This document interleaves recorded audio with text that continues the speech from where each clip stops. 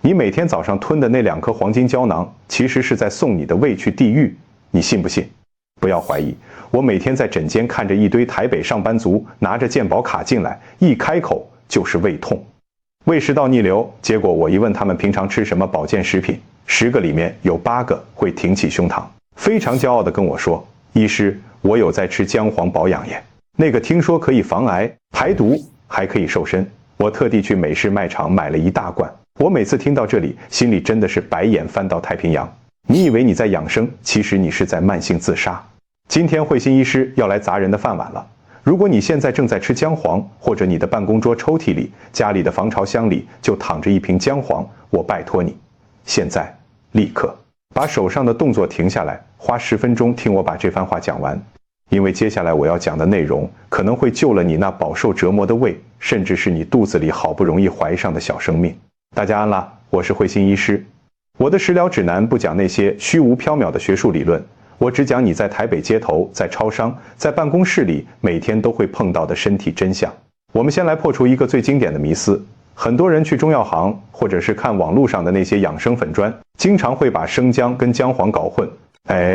他们2个虽然都有个姜字，而且长得确实有点像，都是那种扭扭曲曲的块茎，但它们在植物学分类上根本是堂兄弟，里面的成分跟活性完全是两码子事。生姜里面最厉害的武器叫做姜辣素，就是你喝老姜汤会觉得辣辣的，身体开始发热的那种成分。但是姜黄呢，它里面最关键的灵魂成分叫做姜黄素。这2个东西在身体里的化学反应完全是走不同的捷径。从中医的角度来看，姜黄是属于姜科植物。既然是姜科，它骨子里就带着一股非常强烈的温燥之气。什么叫温燥？简单来说，它就像是身体里的微型暖炉。但是这个暖炉如果用错地方，或者火开得太大，它就不会是帮你取暖，而是直接把你的身体组织给烤干烧焦。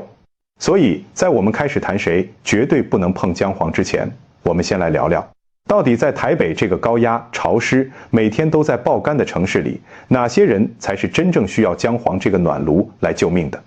第一类人，如果你是那种在台北车站补习街，或者是为了拼台大、拼研究所，每天晚上熬夜念书念到天亮的学生族，或者是你是那种每天在内湖科学园区、信义区办公室加班到深夜，看捷运末班车都快变成你日常通勤工具的爆肝上班族，你是不是每天早上醒来都觉得身体重得像是有几百公斤的湿抹布裹在身上，怎么睡都睡不饱，灌了3杯美式咖啡还是觉得脑子一团浆糊？这个时候姜黄确实可以当你的神队友。为什么？因为长时间熬夜压力大，你的身体在承受极度紧绷的生理压力时，细胞会产生大量的自由基。这些自由基就像是台北市街头那些乱窜的无牌改装车，到处破坏你的血管、你的细胞膜，让你的身体陷入一种慢性的疲劳与发炎状态。而姜黄素它是一个非常强效的自由基清除剂，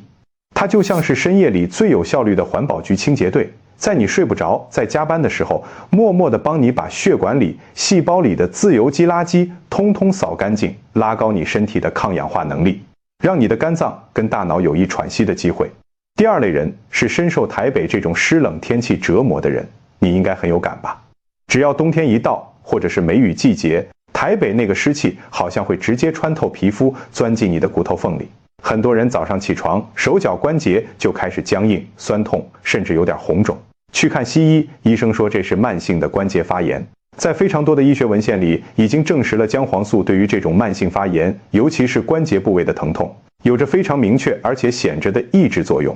它的机转其实很像我们西医常用的消炎药，但是它比消炎药温和，不会有那么多伤肾的副作用。所以，如果你是那种每逢下雨窗户起雾，关节就开始气象预报的阿公阿嬷，或者是久坐办公室、电脑手严重的上班族，适度的补充姜黄，确实可以帮你把关节里的湿气跟发炎物质给逼出来。再来，第三类人，就是台北夜生活里的夜猫子，或者是为了业绩必须在东区、信义区的酒吧、热炒店拼命喝酒应酬的商务人士。大家应该都有宿醉的经验吧？隔天早上醒来，头痛欲裂，胃里翻江倒海，恨不得把整颗头塞进马桶里。很多人这时候会去超商买解酒液，你如果仔细去看那些解酒液的成分表，大部分里面最核心的成分就是姜黄。姜黄它可以加速我们肝脏对乙醛的代谢，酒精在身体里会转化成乙醛，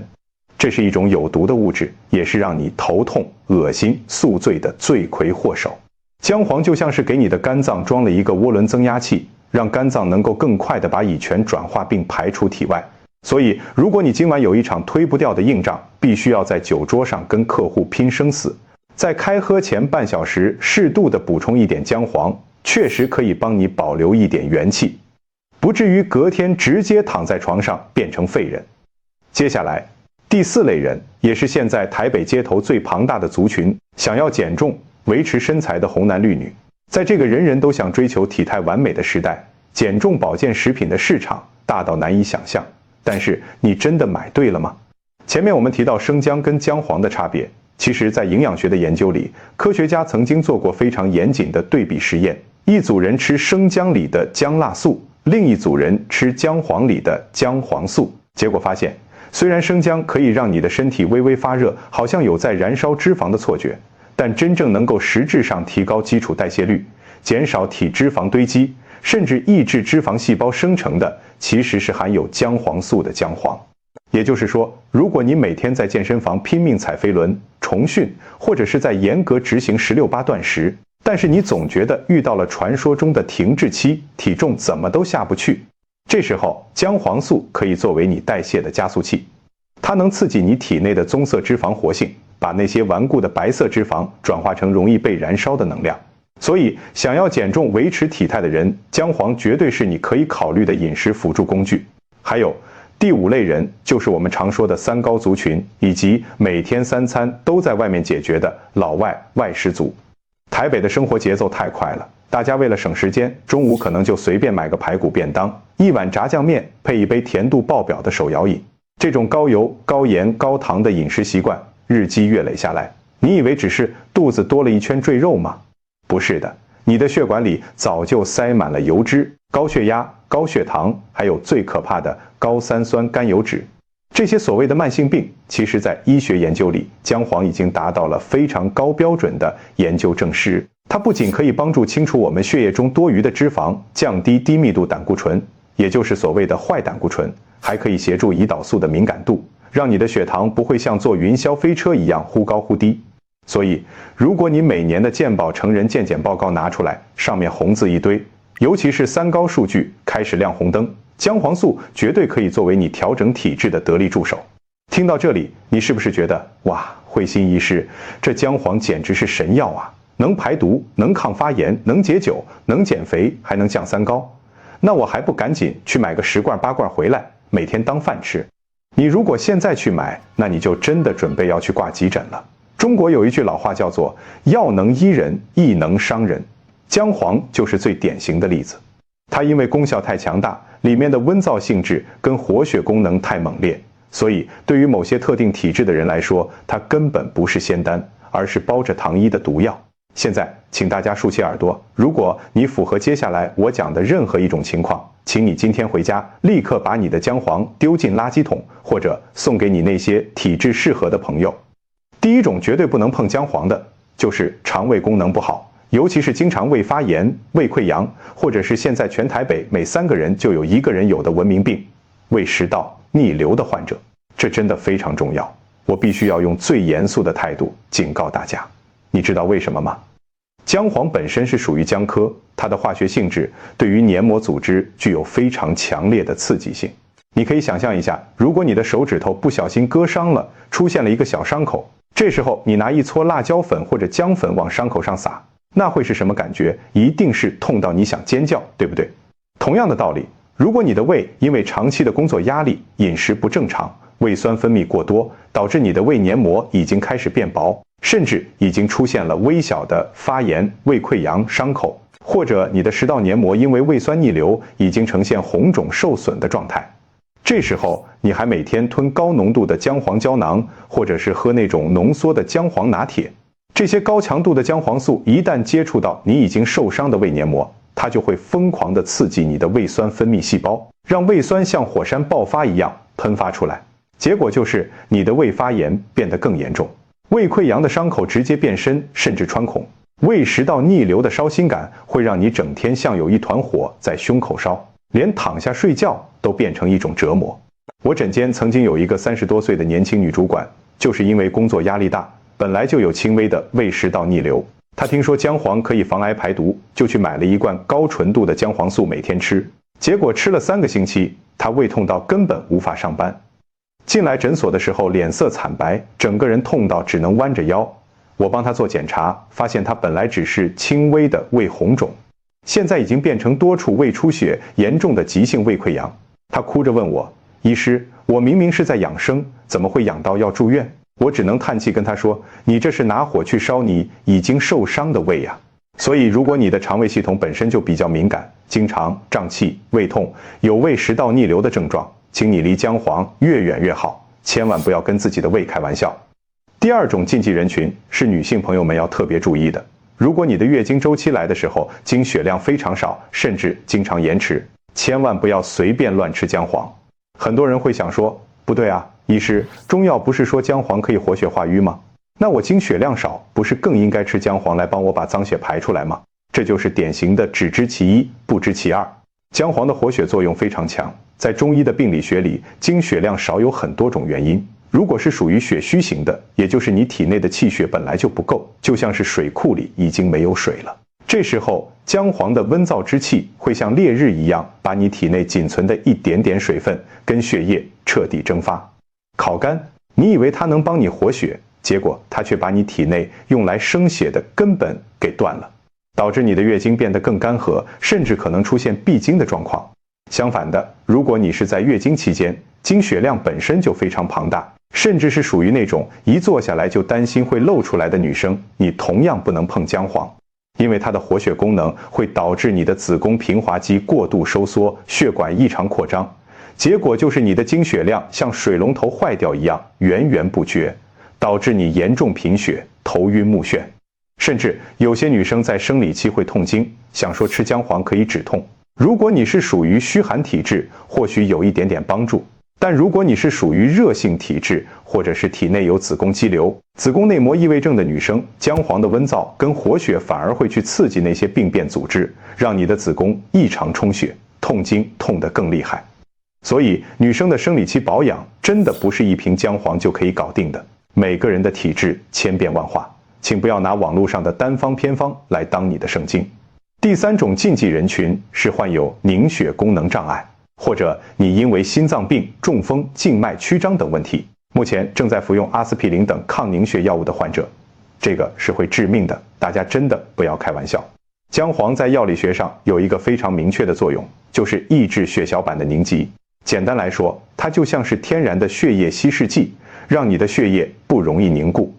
如果你本身就有凝血功能障碍，比如经常无缘无故身上就出现一整块黑青，刷牙的时候牙龈血流不止，或者流鼻血要压很久才会停，这代表你体内的凝血机制已经出现了漏洞。这时候如果你还去吃姜黄，那等于是把那个漏洞撕得更大。更危险的是那些正在服用西医抗凝血药物的银发族，这些药物本身就已经在控制你的凝血速度了。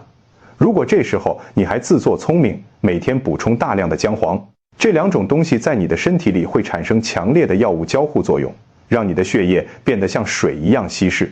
这时候万一你不小心跌倒，或者是遇到什么意外碰撞，你体内极有可能会出现无法控制的大出血，最可怕的是脑出血，也就是我们俗称的出血性中风。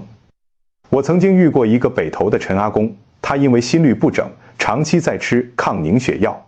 他的儿女很孝顺，听邻居说姜黄对老人家身体很好，可以通血管，就买了一大瓶让他每天配温开水吞。结果吃了不到1个月，陈阿公有一天在家里只是轻轻撞到桌角，大腿立刻肿起一个像面包一样大的紫色血肿，去医院检查，发现他的凝血时间已经延长到了非常危险的数值，随时都有脑出血的生命危险。他的儿女吓死了，一直问医生为什么会这样，一查才知道，原来是那瓶他们自以为充满孝心的姜黄在作怪。所以如果你的长辈或者你自己有在吃任何跟心血管、防血栓相关的药物，在使用姜黄之前，拜托你一定要去询问你的家庭医师或者是合格的中医师，千万不要自己当医生。第4种禁忌人群是患有肝炎、胆结石或者胆道功能异常的患者。很多人看到这里会觉得奇怪，医师，你前面不是说姜黄可以保肝，可以帮肝脏排毒，可以解酒吗？怎么现在又说肝炎患者不能吃？这就是医学的严谨之处。保肝跟治疗肝炎是完全不同的两回事。当你的肝脏处于急性的发炎状态，比如急性甲型、乙型肝炎，或者是肝指数 AST 暴增到几百甚至上千的时候，你的肝脏细胞其实是处于一种极度脆弱、正在打仗的状态。这时候的肝脏需要的不是刺激它去工作，而是需要彻底的休息。而姜黄素在身体里的代谢是非常依赖肝脏跟胆道系统的。如果你在肝脏发炎最严重的时期还塞一堆姜黄给他，这就好比一个员工已经发烧感冒，快要晕倒了，老板还一直拍他肩膀说：“加油，我相信你的潜力，再帮我加个班吧。”结果是什么？结果就是这个员工直接崩溃，肝脏直接走向急性衰竭。同样的，对于胆结石的患者来说，姜黄更是大忌。因为姜黄素有一个很强的生理作用，就是促进胆汁分泌，并且刺激胆囊收缩。如果你的胆囊里已经有结石了，当胆囊开始强烈收缩的时候，那些结石很有可能会被挤出来，卡在狭窄的胆管里，造成胆管阻塞。胆管一旦阻塞，那可不是开玩笑的，你会立刻出现剧烈的右上腹绞痛，痛到你在地上打滚，伴随着高烧、黄疸、皮肤跟眼睛变黄。如果不立刻进行紧急手术把结石拿出来，极可能会引发坏死性胆囊炎或者是败血症，这是有生命危险的。所以，如果你的胆囊里有结石，或者你曾经有过胆道发炎的病史，姜黄对你来说绝对是危险物品，千万不要轻易尝试。第5种，也是很多人经常忽略的禁忌人群，缺铁性贫血的患者。在台北，因为工作压力大，饮食不均衡，很多年轻的女性，甚至是茹素的素食主义者，都多多少少有缺铁性贫血的问题。她们每天觉得头晕、疲倦、脸色苍白，去看医生，医生都会叫他们要多补充铁剂，或者吃一些富含铁质的食物。但是，如果你在补充铁质的同时还在吃姜黄，那你真的在做白工。因为在生物化学的研究里发现，姜黄素本身具有非常强的金属螯合能力。简单来说，它就像是一个强力磁铁，在你的肠道里，它会跟铁离子紧紧地结合在一起。当铁离子被姜黄素紧紧抱住之后，你的肠道细胞就根本没有办法去吸收这些铁质，这些铁质最后只能跟着粪便直接被排出体外。所以，如果你本身就已经缺铁了，你还每天吃姜黄，那它就会在你的肠道里一直跟你的铁剂竞争。结果就是，你不管吃再多的铁剂，吃再多的红肉，你的贫血症状不但不会改善，反而会因为姜黄的竞争阻碍，让贫血问题变得更加严重。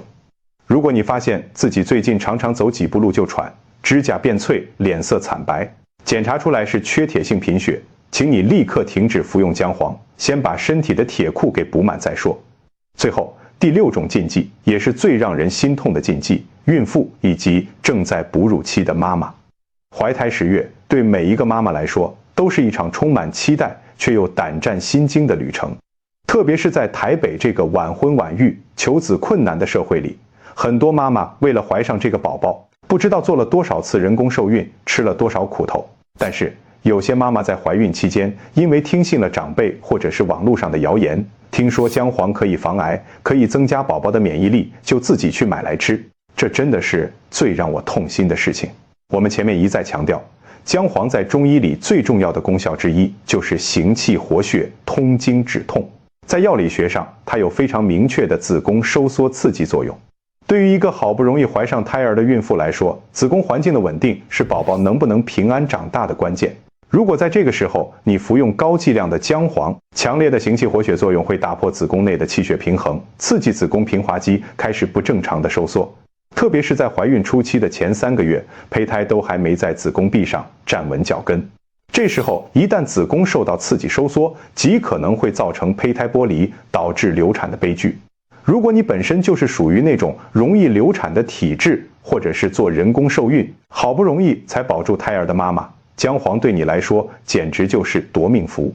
即便是到了怀孕中后期，大量的姜黄也可能会诱发早产，让宝宝面临生命危险。那哺乳期的妈妈呢，虽然这时候宝宝已经出生了，但因为妈妈吃进去的所有东西，有一部分都会通过乳汁分泌传递给宝宝。宝宝的肠胃系统、肝脏解毒系统都还没有发育完全。如果妈妈在这个时候摄取大量的姜黄，这些活性成分通过母乳进入宝宝细嫩的身体里，可能会造成宝宝肠胃不适，甚至增加肝胆系统的负担。所以，不论你是正处于备孕期、怀孕期，还是正在喂母乳的伟大妈妈，慧心医师在这里求求你们，暂时把姜黄这个东西从你们的饮食清单里剔除掉。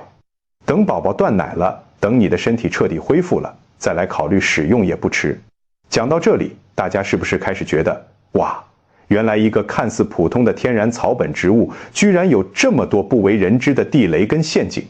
这也就是为什么我一直强调，天然的并不代表就是安全的。现在市面上充斥着各种各样的健康广告，每一次只要一到药妆店，放眼望去，货架上满满都是打着纯天然无添加、强效排毒、燃脂代谢旗号的保健食品。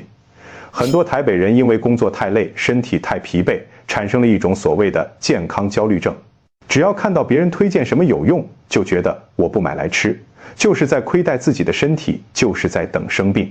但是你从来没有静下心来，好好的听一听你自己身体的声音。每一个人的身体都是一个极其复杂的化学工厂，这个工厂每天需要多少原料，需要排泄多少废物，都有它自己的一套逻辑。你如果不去了解这个逻辑，只是盲目的把那些高浓度的萃取化学物质或者是中药成分往嘴巴里塞，那你不是在养生，你只是在给你的肝脏跟肾脏制造更多的工作负担。如果你真的要吃姜黄，如果你评估过自己的身体，觉得我不是胃食道逆流的患者，我没有贫血，我不是孕妇，我也没有在吃抗凝血药，那我到底该怎么吃才能把姜黄的功效发挥到最大，又不会伤到身体？今天慧心医师不藏私，直接教大家最正确的姜黄食疗法。第一点，也是最关键的一点，千万不要空腹吃姜黄。很多人习惯早上起来空腹吞一堆保健食品，如果你把姜黄也在这个时候吞下去，那你的胃就真的倒大霉了。因为姜黄是脂溶性的物质。什么叫脂溶性？就是它必须要跟油脂混合在一起，我们的人体才有办法去吸收它。如果你空腹吃，因为胃里没有多余的油脂，那些姜黄素不仅无法被有效吸收，反而在你的胃黏膜上形成一个强烈的刺激源，直接破坏你的胃壁。所以最正确的吃法是随餐服用，或者是饭后半小时内服用。这时候因为你的胃里已经有了刚刚吃进去的食物油脂，姜黄素可以搭着这些油脂的顺风车，被你的肠道完美的吸收，同时又不会直接伤害到你的胃壁。第二点，如果你是自己买姜黄粉回家做料理的，记得一定要加黑胡椒。这可不是为了调味，这背后有着非常神奇的现代医学根据。姜黄素虽然功效很强大，但它在人体的生物利用度其实非常低。简单来说，就是你吃了100毫克的姜黄，可能只有1毫克能真正进入你的血液循环，其他的通通都会被排出去。但是科学家发现，黑胡椒里面含有一种独特的成分，叫做胡椒碱。当胡椒碱遇到姜黄素的时候，它会产生一种奇妙的化学催化作用，把姜黄素在人体内的吸收率直接拉高整整20倍。所以如果你平常喜欢在家里煮咖喱，或者是自己泡姜黄茶做姜黄饭，记得在起锅前撒上几粒现磨的黑胡椒。这个小小的动作可以让你的姜黄功效直接升级，花一样的钱得到20倍的效果。第三点，也是我最想跟大家说的，不要盲目追求高浓度的萃取胶囊。现代人太依赖胶囊了，觉得吞一颗药丸就可以解决所有的健康问题。但我一直觉得，真正的食疗应该融入我们的日常生活中，而不是变成每天在药局买药的例行公事。如果你没有生病，只是想要日常保养，你其实不需要去买那些一瓶几千块的高浓度姜黄素胶囊。你大可以去超市、去全联买一包天然的姜黄粉，在做菜的时候加一点在菜肴里，或者在煮咖喱的时候多放一些天然的香料。这种微量、天然、温和的摄取方式，不仅不会对你的胃黏膜造成瞬间的强烈冲击，反而可以通过日常的饮食，让你的身体在不知不觉中得到抗氧化、抗发炎的保护。这才是老祖宗留给我们的食疗智慧，而不是那些包装精美、被商人炒作出来的黄金神药。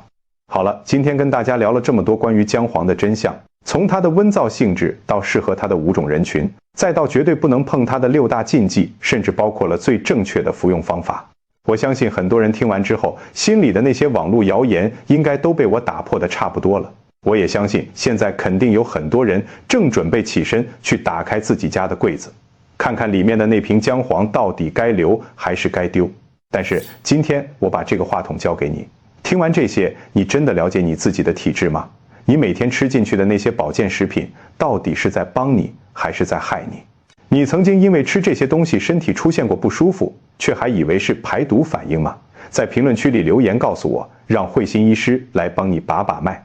看看你踩到了多少养生的雷。今天就聊到这里，别忘了把这集内容转给你身边那些每天把姜黄当仙丹吞的闺蜜、好兄弟，还有家里的长辈。